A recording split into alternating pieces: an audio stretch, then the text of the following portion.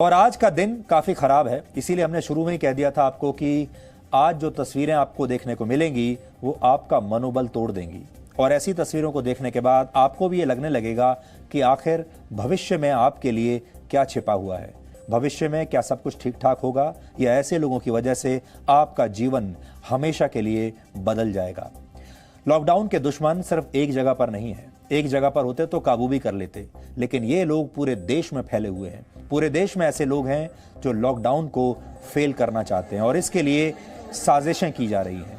Fake news को हथियार बनाया जा रहा है, आम लोगों को बहकाया जा रहा है, गरीब मजदूरों की मजदूरी का, मजबूरी का फायदा उठाया जा रहा है।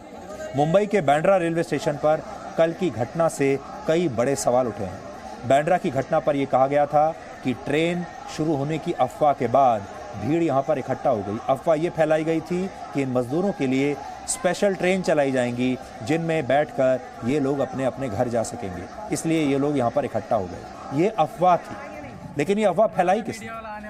जी न्यूज को मिली जानकारी के मुताबिक अब तक कोई ऐसा सबूत नहीं मिला जिससे ये साबित हो सके कि ट्रेन शुरू होने की अफवाह असल में थी भी या नहीं। लोगों के पास ऐसा कोई एसएमएस या व्हाट्सएप मैसेज नहीं पाया गया है जिसमें ट्रेन शुरू होने की बात कही गई हो।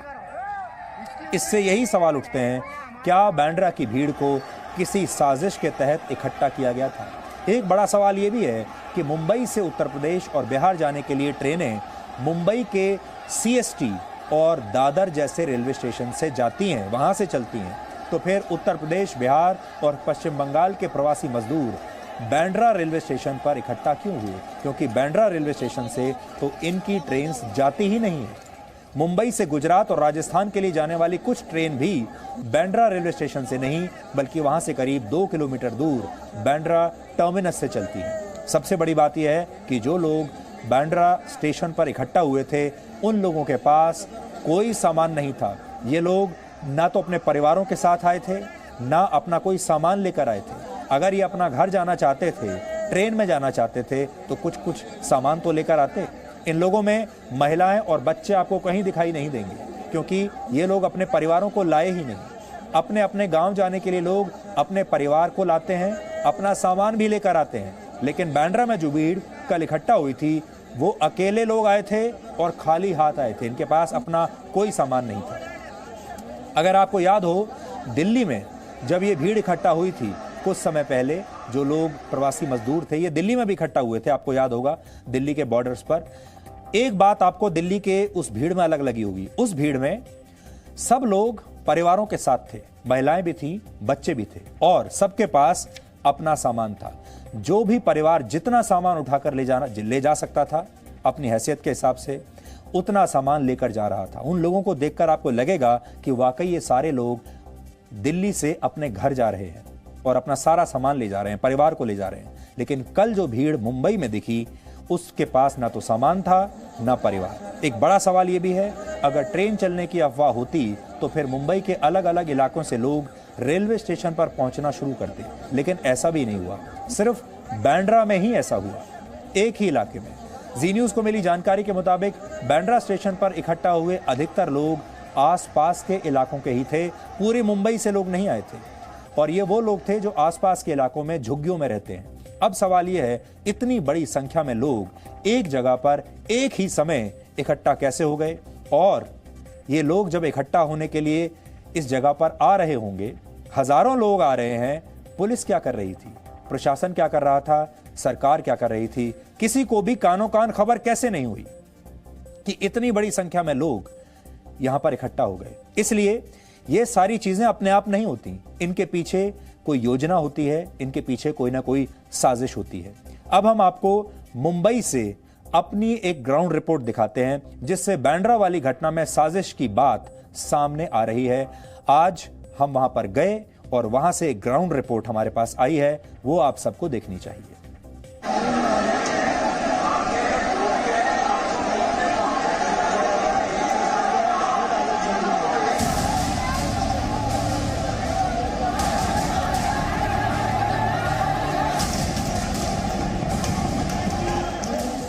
मुंबई में मंगलवार का यह सीन डरा देने वाला था। बांद्रा रेलवे स्टेशन के पास अचानक 1.5 से 2 हजार लोग जुट गए थे। ये बताया गया कि ट्रेन चलने की अफवाह से लोग रेलवे स्टेशन पर आने लगे, अल्लाह की तरफ से है। लेकिन अफवाह वाली थ्योरी से ज्यादा साजिश वाली थ्योरी में दम लगता है। थोड़ा सा हम लोग उसको गाँव जाने का नहीं तो बोलना भाई एक को 15,000 दे दो, बोलना हम लोग यही रहेंगे। स्टेशन के पास का ही ये वीडियो देखिए, इससे पता चल रहा है कि लोगों को टाइम बताकर इकट्ठा किया गया। लोगों को बताया गया था कि उन्हें क्या करना और क्या कहना है। पैसा देगा नहीं, ये नहीं कोई आ रहा है, ये नहीं बोला था मीडिया वाला आने वाला है, पुलिस वाला भी। टाइम दिया था क्या? हाँ 4 बजे। 4 बजे तो अभी से खड़े हो गए तुम लोग, बहुत जल्दी खड़े हो गए। क्या करेंगे हम? काहे के लिए? वो गाँव जाने के लिए। हाँ तो एक ही खाना बात, पीना नहीं चाहिए, हम लोग गाँव जाना है बस। हाँ तो एक ही बात करनी है, सब मिलके करो बस, सब मिलके करो। इसकी उसकी सुनने का नहीं, डायरेक्ट बोलना हमारे पे, हमारी कोई सुन नहीं रहा है। गाँव जाने का नहीं तो बोलना भाई एक को 15,000 दे दो, बोलना हम लोग यही रहते। ऐसा बोलने का डायरेक्ट, बोलना एक को 15,000 दो, हम लोग यही रहते। नहीं तो बोलना गाँव जाने का, गाँव भेज दो, बोलना बात कर।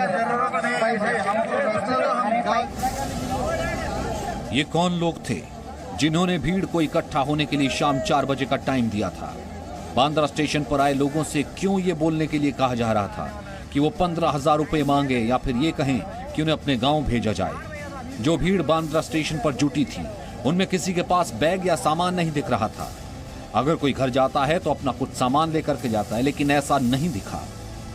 फिलहाल अभी मुंबई पुलिस ये जानने में जुटी है कि जो 1,500 से 2,000 लोगों की भीड़ थी, इसका ये वेयर अबाउट्स क्या है, ये भीड़ कहाँ से आई थी।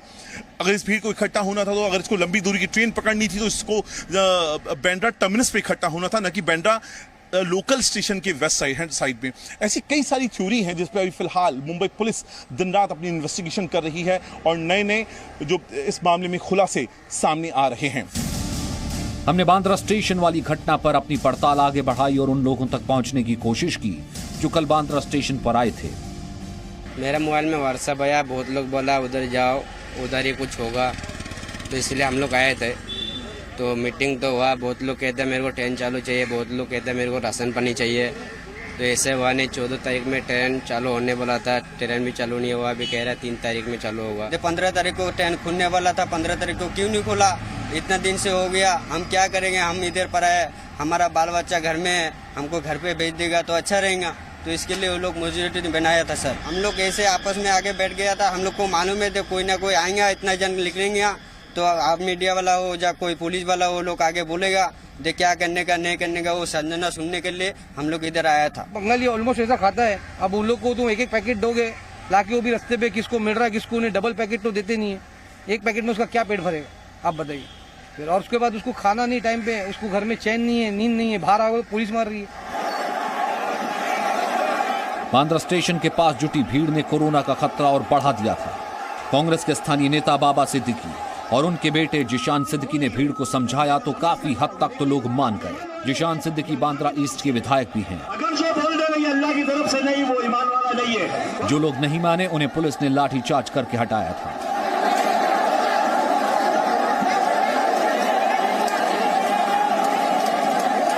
क्या फायदा हुआ, क्या फायदा हुआ? उनको एक डर का माहौल फैल रहा था कि उनको घर जाना है, लॉकडाउन एक्सटेंड हो गया। और इसमें रेलवे की भी गलती है, क्योंकि रेलवे ने एडवांस बुकिंग्स ली थी और उनको रिफंड भी नहीं किया गया था। तो कोई लोगों को लगा कि आज उनकी ट्रेन जा रही है और कोई लोगों को लगा कि उनको टिकट लेने जाना है, और कोई लोगों ने देखा कि अपने अपने पड़ोसी बाहर जा रहे हैं, तो सब मिलके साथ में बाहर निकल गए। मुंबई पुलिस ने विनय दुबे नाम के उस व्यक्ति को भी गिरफ्तार कर लिया जो पिछले 2 हफ्ते से प्रवासी मजदूरों को गांव जाने के लिए उकसा रहा था। विनय दुबे मुंबई में प्रवासी मजदूरों की राजनीति करता है। कोर्ट में पेशी के बाद इस आरोपी को 21 अप्रैल तक पुलिस रिमांड में भेजा गया है। पुलिस ने एक टीवी पत्रकार के खिलाफ भी FIR दर्ज कर दी है, जिस पर आरोप है कि उसने ट्रेन शुरू होने की फेक न्यूज चलाई थी। बांद्रा स्टेशन पे हुई वारदात में मुंबई पुलिस ने बांद्रा पुलिस स्टेशन में अभी तक 3 अलग अलग ऑफेंसेस रजिस्टर किए हैं। जो भी वीडियोज और वहाँ पे जो जानकारी सामने आई है उसके बारे में पुलिस और तहकीकात कर रही है और डिटेल इन्वेस्टिगेशन कर रही है। अभी तक इसमें से 3 में से एक ऑफेंस में विनय दुबे नामक आरोपी को हमने अरेस्ट किया है और उसकी 21 तारीख तक माननीय न्यायालय ने हमें हिरासत दी है और आगे की जांच इसमें चल रही है। मुंबई तो कोरोना का सबसे बड़ा हॉटस्पॉट है। अगर यहां से लोग देश भर में जाएंगे तो फिर संक्रमण को फैलने से कौन रोक सकता है। इसलिए बांद्रा की घटना पर बड़े सवाल उठ रहे हैं। अगर इस घटना में वाकई साजिश है तो फिर यह चिंताजनक है।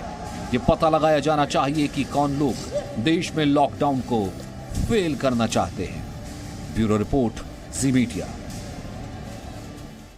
कोरोना वायरस से लड़ाई किसी एक व्यक्ति की लड़ाई नहीं है, ये पूरे समाज की सामूहिक लड़ाई है, पूरे देश की सामूहिक लड़ाई है।